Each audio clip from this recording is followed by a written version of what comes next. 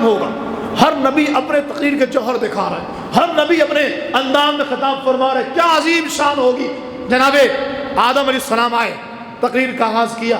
تمام تعریفیں اس رب کے لیے جس نے مجھے صفی اللہ بنایا. جناب نوح علیہ السلام آئے, تمام تعریف اس رب کے لیے جس نے مجھے نجی اللہ بنایا. ابراہیم آئے, تمام تعریف اس رب کے لیے جس نے مجھے کلیم اللہ بنایا. موسیٰ آئے, تمام تعریفیں اس رب کے لیے جس نے مجھے کلیم اللہ بنایا. ابراہیم نے کہا تمام تعریفیں اس رب کے لیے جس نے مجھے خلیل اللہ بنایا. عیسیٰ نے کہا تمام تعریفیں اس رب کے لیے جس نے مجھے روح اللہ بنایا. ہر ایک نے اپنے خطاب کا آغاز یوں کیا, باری آئی امام الانبیاء کی. خصوصی خطاب ہونے جا رہا ہے جناب. چیف گیسٹ تقریر کرنے آ رہا ہے, اور چیف گیسٹ بھی ایسا جس کو اللہ نے سارے کمالات عطا فرمائے. میرا امام کہتا ہے سرور کہوں کہ مالک و مولا کہوں تجھے, باغ خلیل کا گل زیبا کہوں تجھے, تیرے تو بس عیب تناہی سے ہے بری, حیران ہوں میرے شاہ میں کیا کیا کہوں تجھے. بولیے سبحان اللہ. لیکن رضا نے ختم سخن اس پہ کر دیا, خالق کا بندہ خلق کا آقا کہوں تجھے. اللہ نے حضور کو اتنی شان عطا فرمائی, حضور کے اوصاف کی انتہا مخلوق نہیں دیکھ سکتی. اللہ نے اتنی شان عطا فرمائی ہے. اب سرکار خطاب کرنے آئے, انبیاء نے اپنے اوصاف بیان کر کے خطاب کا آغاز کیا. حضور جو چاہتے بیان کرتے, صرف یہ بیان کر دیتے تمام تعریف اس رب کے لیے جس نے مجھے تمہارا امام بنایا. سارے انبیاء کا تو جنہیں یہ اوصاف حاصل ہے ان کے امام کی شان کتنی ہوگی. حضور جو چاہتے وہ بیان کرتے. لیکن توجہ چاہوں گا آپ کی, سرکار نے خطبہ شروع کیا. سرکار کہتے تمام تعریفیں اس رب کے لیے جس نے میری امت کو ساری امت کا سردار بنایا. معراج کی شب تو یاد رکھا, اور پھر حشر میں کیسے بھولیں گے. اتار اسی امید پہ ہم دن اپنے گزارے. ہم پھر حضور کی معراج نہ منائیں, حضور کا ذکر نہ کرے تو بتائیں پھر کس کا کریں. سرکار نے معراج کی رات غلاموں کو یاد, اللہ کی بارگاہ میں پہنچے, دیدار خداوندی ہوا. کتنا بڑا مقام, کتنا بڑا مرتبہ, آج تک کسی کو نہیں ملا. آپ سمجھیے ذرا, ہم جب مکہ پاک جاتے ہیں, مدینہ پاک جاتے ہیں, اللہ آپ سب کو لے کر کے جائے. برسوں کی آرزو ہے, ہم نے بزرگوں سے سنا کعبۃ اللہ شریف کو دیکھ کے جو دعا مانگی جاتی ہے قبول.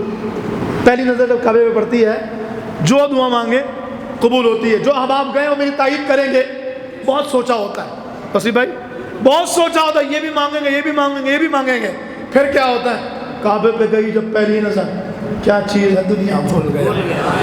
دل ہوش و خرد مفلوج ہوئے, یوں ہوش و خرد مفلوج ہوئے, دل شوق تماشا بھول گیا. کیا کیفیت, حیرت سے خود کو کبھی دیکھتا ہوں اور دیکھتا ہوں کبھی میں حرم کو, لایا کہاں مجھ کو میرا مقدر. اللہ اکبر, اللہ یاد نہیں رہتا. چلے اپنا آپ یاد آیا, حضور کی بارگاہ میں گئے, جب گنبد خضرا پہ وہ پہلی نظر گئی, آنکھوں کے راستے میرے دل میں اتر گئی. وہ کیفیت کیا تھی. بہت سارے لوگوں نے کہا تھا نا سلام کے لیے, دعا کے لیے, لیکن جو جانے والے ذرا بتانا پہلی حاضری میں کون یاد آیا تھا. بیوی, بچے, ماں باپ, گھر والے, کوئی یاد نہیں آیا. کیوں؟ کیونکہ ہماری قسمتوں کی معراج کا وقت تھا, ہماری آرزوؤں کے پورے ہونے کا وقت تھا. زندگی بھر تڑپتے رہے, زندگی بھر دعا کرتے رہے, یا رب میری سوئی ہوئی تقدیر جگا دے, آنکھیں مجھے دی ہیں تو مدینہ بھی دکھا دے. مدت سے میں ان ہاتھوں سے کرتا ہوں دعائیں, ان ہاتھوں میں اب جالی سنہری تو تھما دے. یا رب العالمین, اللہ سے دعا مانگتے ہیں کہ اللہ تعالیٰ ہمیں اس عظیم در کی حاضری عطا فرمائے. دکھا دے یا الہی وہ مدینہ کیسی بستی ہے جہاں دن رات میرے مولا تیری رحمت برستی ہے. ہر ایک یہ دعا کرتا ہے, ہر ایک یہ تمنا. جب وہاں پہنچے لوگوں نے بہت کہا تھا. اچھا یاد سارے آئے تھے, سارے آئے تھے, کوئی بھولتا نہیں ہے. کمال کی بات ہے, میری حاضری تھی جب میں آخری حاضری دے کر کے حضور کی بارگاہ سے نکلا. میرے خادم صاحب نے مسجد کے, انہوں نے مجھ سے ایک دعا کرنے کو کہا, میں بھول گیا. بالکل آخری حاضری دے کر نکلا ہوں اور اچانک یاد آیا کہ خادم صاحب نے کہا. کوئی بھولتا نہیں, یاد سارے آتے ہیں, لیکن جو مزے کی بات ہے وہ پہلی حاضری میں کوئی یاد نہیں آتا, پہلی بار میں کوئی یاد نہیں آتا. اب ہماری قسمتوں کی معراج یہ کہ حضور کی بارگاہ میں گئے, ہم بیت اللہ شریف کے سامنے گئے, اور حضور کی معراج یہ کہ حضور رب کے سامنے گئے. بولیے سبحان اللہ. اولین و آخرین میں کسی کو یہ مقام ملا ہی نہیں، بلکہ اللہ رب العالمین نے کسی کو یہ شرف نہیں دیا کہ جاگتی آنکھوں سے اللہ کا دیدار کرے. اللہ رب العالمین نے حضور کو یہ شان دی. اس موقع پر بھی سرکار جب رب کا دیدار کر چکے تو رونے لگے.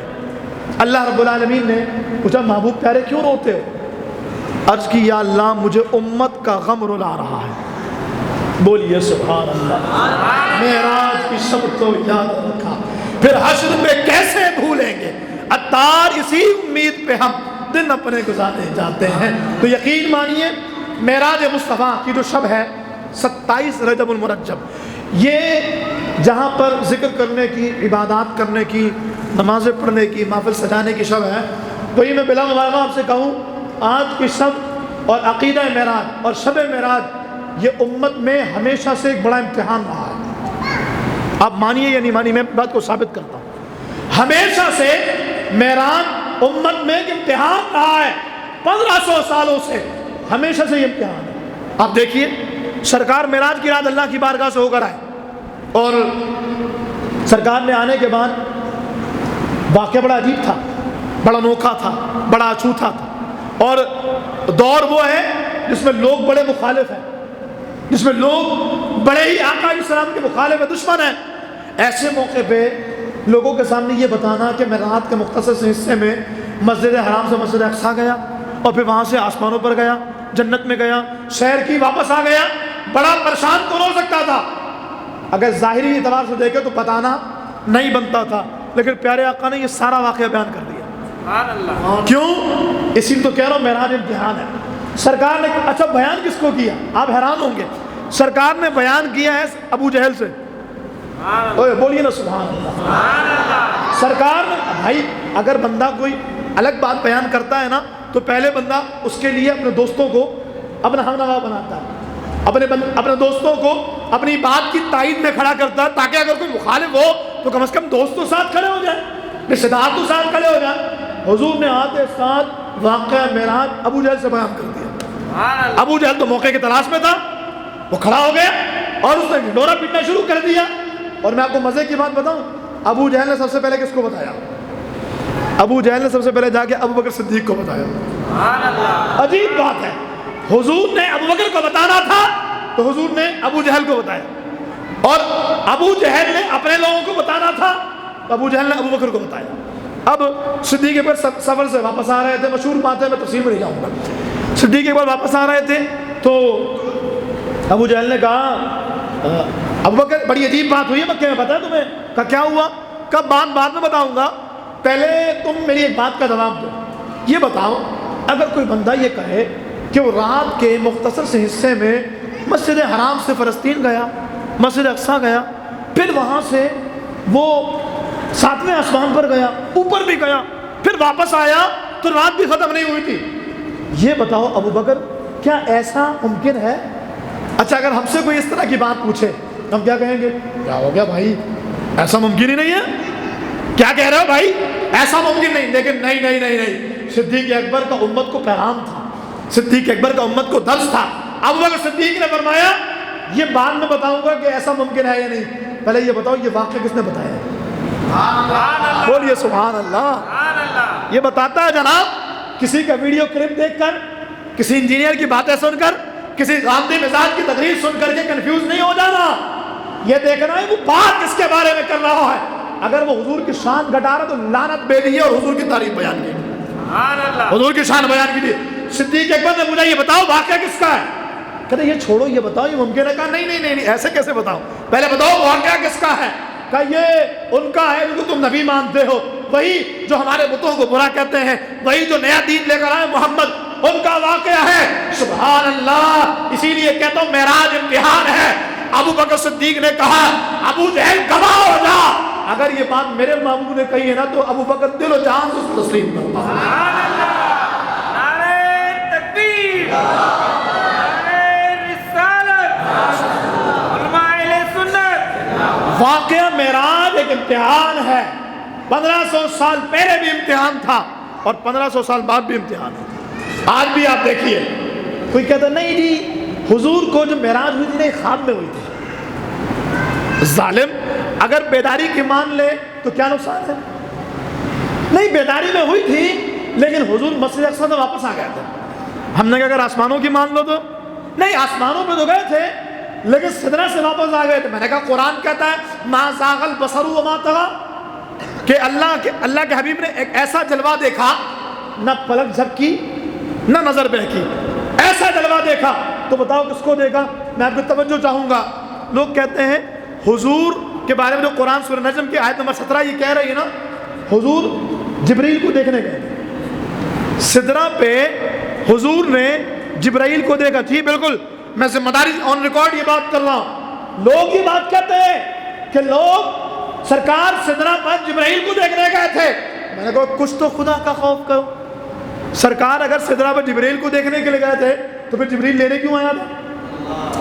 اور اگر اسے ہی دیکھنے جانا تھا، میں یہ مثال پہلے بھی دے چکا کہ اگر میں آپ سے کہوں آئیے بھائی آپ کو ایک بڑی چیز دکھاؤں گا، بڑا اہتمام کیا اور آپ کو اپنے گھر لے کے گیا اور آپ سے کہا یہ دیکھیے میں کیسا لگ رہا ہوں، آپ کہیں گے مولانا صاحب وہیں دکھا دیتے، یہ حال آنے کی کیا ضرورت تھی؟ اور آپ کو دکھانے کے لیے پھر آپ کو آنے کی کیا ضرورت تھی؟ آپ کسی کو بھیج دیتے۔ تو اگر جبرائیل کو ہی دکھانا تھا تو پھر جبرائیل کیوں لینے کے لیے آئے؟ اور لینے کا انداز بھی بڑا نرالا۔ جبرائیل آتے ہیں اور آنے کے بعد جبرائیل نے کیا کیا؟ دیکھا کہ پیارے آقا علیہ السلام سو رہے ہیں، تو جبرائیل اللہ کی بارگاہ میں گئے، عرض کیا اللہ تیرا رب، یا اللہ تیرا محبوب تو سو رہا ہے تو اب کیا کریں؟ اللہ نے فرمایا اے میرے جبرائیل جا کے میرے محبوب کے قدموں کو بوسہ لے۔ قدموں کا بوسہ کون لیتا ہے؟ جو بڑا ہو یا چھوٹا ہو؟ بولیے نا۔